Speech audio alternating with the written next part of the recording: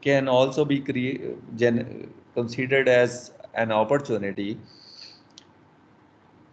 E-waste management a problem or an opportunity? We have to decide after having the basic introduction of this lecture.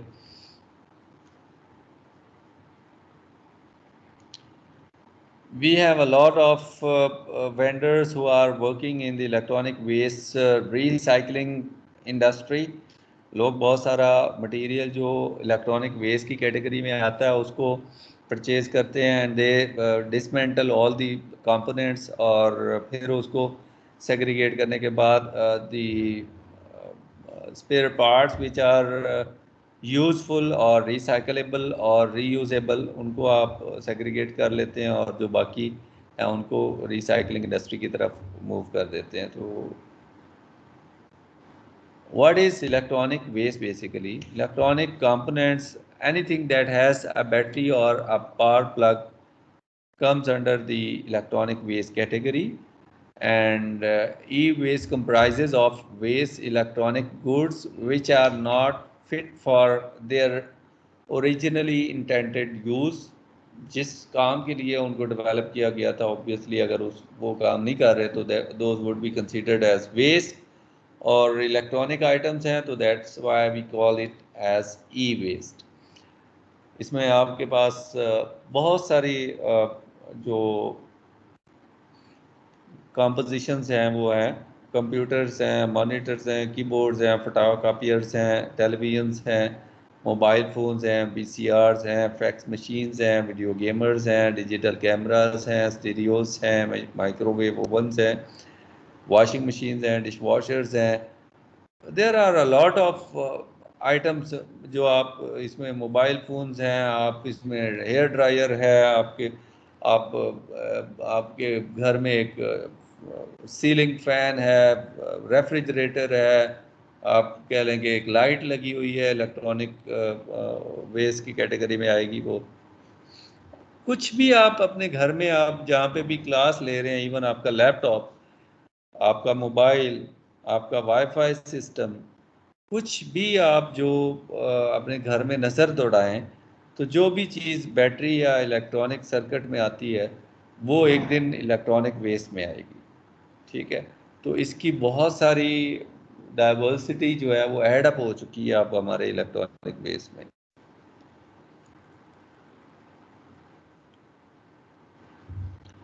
फिर जब हम बात करते हैं computer या इवन CPU की बात करते हैं तो एक CPU के अंदर कितने ज़्यादा कंपोनेंट्स होते हैं, एक मॉनिटर के अंदर कितने कंपोनेंट्स होते हैं, एक कीबोर्ड के अंदर कितने कंपोनेंट्स होते हैं, एक माउस के अंदर कितने कंपोनेंट्स होते हैं, वो सारे इलेक्ट्रॉनिक वेस्ट के डिफरेंट पार्ट्स. इसी तरह फिर आप उनकी जो आप कह लें कि उन पार्ट्स को जो आप सेग्रीगेट करते हैं तो फिर उनको उनके अकॉर्डिंगली आप उनकी जो है वो रीयूज़ करने का या रिसाइकलिंग करने का जो है वो डिसाइड करते हैं. Internationally findings stated in a report by BAN 50% to 80% electronic waste collected are exported for recycling by US, export of which is legal in US. Export is due to cheaper labor and lax standards in developing countries. Electronic waste recycling and disposal in China, India and Pakistan are highly polluting these areas. How China has banned import of electronic waste. Now China has banned the import of electronic waste as well as plastic waste. Lack of responsibility on the part of the federal government and electronics industries, consumers, recyclers and local governments towards viable and sustainable options for disposal of electronic waste.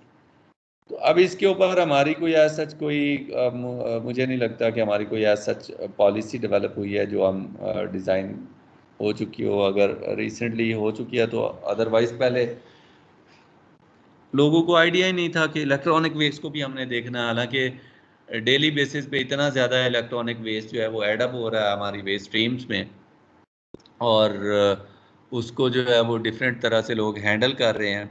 और आपने सुना होगा even Gujranwala में बहुत ज़्यादा इसकी जो है वो बहुत ज़्यादा इसके बारे में सुना गया था कि वहाँ पे फॉर एग्ज़ाम्पल मदरबोर्ड है तो उसको जला देते हैं और उसके ऊपर जितना भी जो उसके ऊपर जो मेटेलिक पोर्शन है उसको वो रिकवर करने के लिए बाकी प्लास्टिक को वो बर्न कर देते हैं।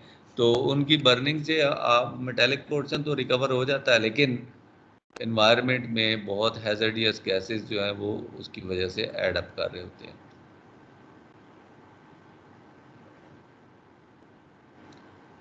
ये आप कह लें कि रूट्स हैं जो इंटरनेशनली जो जनरेटर हैं, जो वेस्ट को सोर्सेज हैं वेस्ट को जनरेट करने के, वो ग्रीन कलर के हैं, और रेड कलर के जो हैं वो रिसीव कर रहे हैं इस वेस्ट को। उसमें आप देखें कि ये पाकिस्तान, इंडिया और चाइना जो है वो लीडिंग जो है वो कंट्रीज़ हैं in terms of receiving the electronic waste from the developed nations. Japan, Korea, Australia, European Union, United States, ये सारी जो एंटिटीज़ हैं, they are generating a lot of electronic waste and then dumping it to the developing countries like India and Pakistan and Bangladesh, Thailand, Nepal.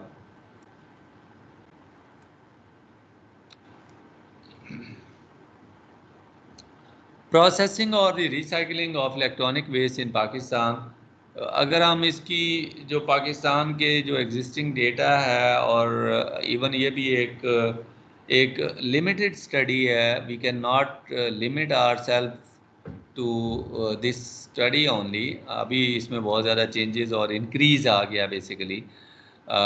ये basically quantification of inventory of electronic waste है कि हमारे पास पाकिस्तान में electronic waste आ कितना रहा है, और ये सिर्फ वो इलेक्ट्रॉनिक वेस्ट है जो बाहर से इंपोर्ट करते हैं हम, पाकिस्तान में लेके आते हैं।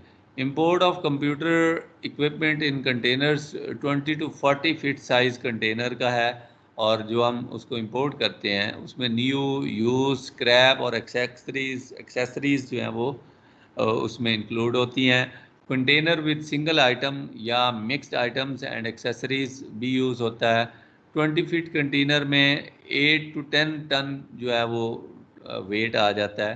40 फीट कंटेनर में 18 to 20 टन जो है वेट वो अकोमोडेट हम कर सकते हैं।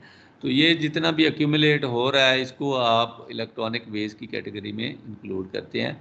Composition of normal mix container में आप देख लें कि एलसीडी के कितने यूनिट्स होंगे, सीपीयू कितने होंगे, मॉनिटर्स, प्रिंटर्स एंड एक्सेसरीज जो हैं वो कितनी हो सकती हैं एक बड़े कंटेनर के अंदर। फिर इसके बाद जब एक कंटेनर को हमने कैटेगराइज कर लिया कि उसका उसका वॉल्यूम कितना है और उसके अंदर कितनी टनेज एक्यूमुलेट कर सकती है, और एक जो हमारे पास आता है कंटेनर किसी भी टनेज का, वो चाहे 10 टन का हो या 20 टन का हो, उसके अंदर किस प्रोपोर्शन में हमारे पास यूनिट्स हो सकते हैं।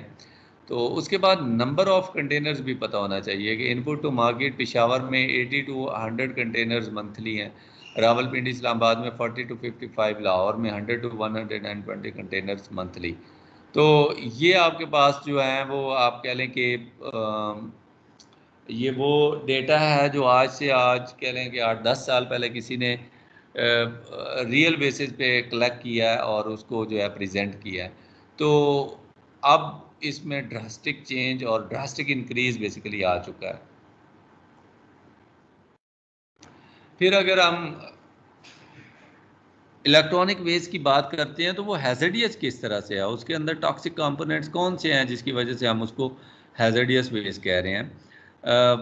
हम हमें पता है कि जो यहाँ पे ये लेबल किया हुआ है डिफरेंट पार्ट्स को कंप्यूटर के, ये सिर्फ एक टाइप ऑफ इलेक्ट्रॉनिक वेस्ट है। कंप्यूटर आपका डेस्कटॉप कंप्यूटर और उसके सारे गैजेट्स, तो उसको लेबल कर दिया 1 2 3 4 5 6 7 8 9 के साथ, और फिर उसके अकॉर्डिंगली बता दिया गया कि कौन सी जगह पे किस टाइप का वेस्ट जो है टॉक्सिक कंपोनेंट प्रेजेंट है।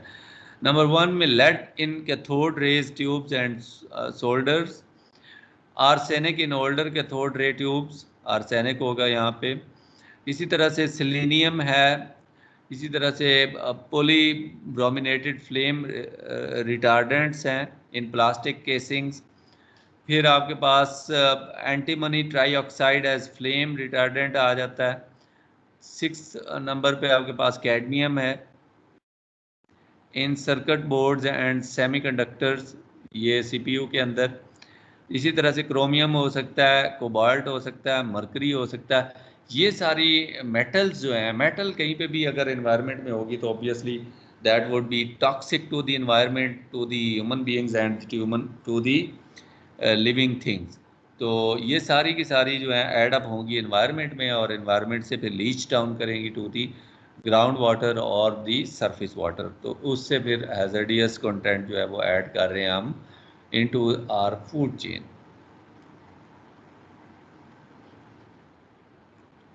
What are the effects on the environment after the exposure of these toxic components to the environment? Pollution of groundwater, soil acidification, air pollution. Electronic waste accounts for 40% of the lead and 75% of the other heavy metals found in landfills.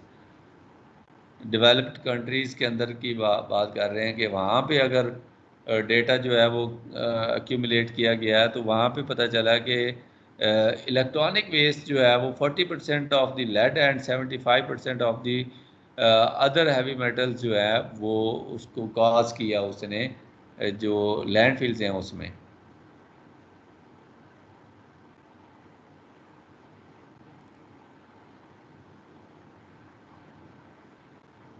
Producers don't want to landfill this material anymore, और उसको recycling stream में लेके आना चाहते हैं। Human health के ऊपर क्या इम्पैक्ट्स हो सकते हैं? Cause of damage to central and peripheral nervous system, blood system and kidney damage. ये जो आपके lead, cadmium, nickel, mercury, PCBs, PVCs हैं, इन सब की वजह से affects brain developments in children,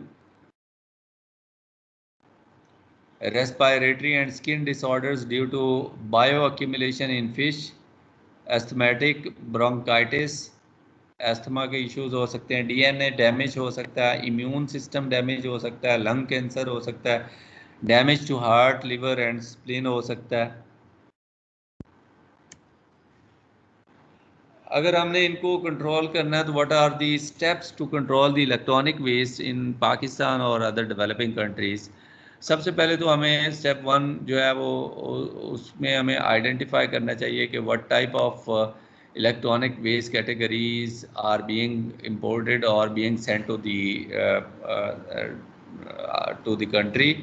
फिर उसके बाद identify the electronic waste composition और डिटरमाइन इट, उसकी कंपोजिशन का पता करें, उसके अंदर हैजर्डियस कंटेंट का पता करें, और उसके बाद identify whether the electronic waste component is hazardous और entire e waste item is hazardous. के या तो आप देख लें कि पूरे का पूरा डेस्कटॉप आपका हैजर्डियस है या उसमें से कोई एक कंपोनेंट हैजर्डियस है, तो उस हिसाब से आपकी जो क्वांटिटी है वो बहुत चेंज होगी। अगर तो कंपोनेंट है कोई और बाकी सारा जो है वो नॉर्मल है, तो ऑब्वियसली आपकी जो इलेक्ट्रॉनिक वेस्ट की क्वांटिटी है वो कम हो जाएगी। और अगर उसमें पूरे का पूरा कंपोनेंट जो है वो हैजर्डियस है, तो फिर ऑब्वियसली उसमें वो ऐड अप हो जाएगा। देन ट्रीट और deal with accordingly according to the government policies. आप उसको हैंडल करते हैं वेस्ट को, चाहे वो इसको डंप करने का कहते हैं, चाहे इसको इंसिनरेट करने का कहते हैं, जो वो एडवाइस करते हैं आप उसके अकॉर्डिंगली इसको लेके चलते हैं।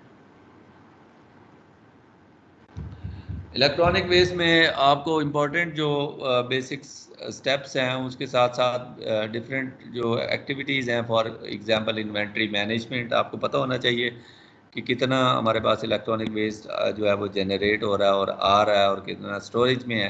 प्रोडक्शन प्रोसेस मॉडिफिकेशन, अगर आ रहा है तो फिर हमारा प्रोडक्शन प्रोसेस मॉडिफाई हो जाए, अगर कि हम पुरानी चीज़ों को यूटिलाइज करके नई चीज़ें जो है वो बना रहे हैं। वॉल्यूम रिडक्शन है, recovery and reuse treatment options हैं। इसी तरह से लैंड फिलिंग या इंसिनरेशन है, ई वेस्ट ट्रेड वैल्यू चेन है, सीआरटी ट्रीटमेंट टेक्नोलॉजीज़ है, करंट टेक्नोलॉजीज़ अवेलेबल और अप्लाइड।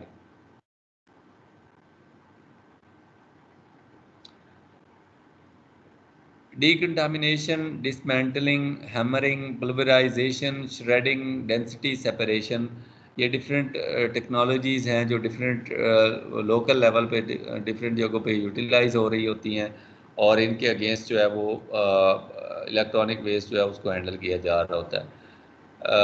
मेरे पास इससे थोड़ा सा डिटेल चीज़ें भी थी, लेकिन आज जो है वो हम इसको यहीं पे वाइंड अप करेंगे।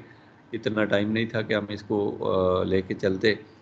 तो ये चीज़ जो है इसको हम आज वाइंड अप कर रहे हैं कि हमारा हैज़ार्डियस वेस्ट का कंटेंट, उसमें भी 2 further categories in terms of health care waste and electronic waste जो है वो हमने डिस्कस किया है, and we have completed this section as well, apart from not being a part of the regular curriculum।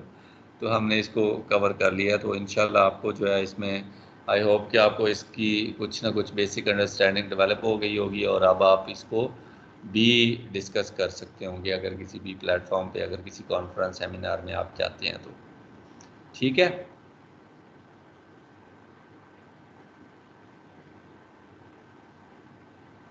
Yes sir.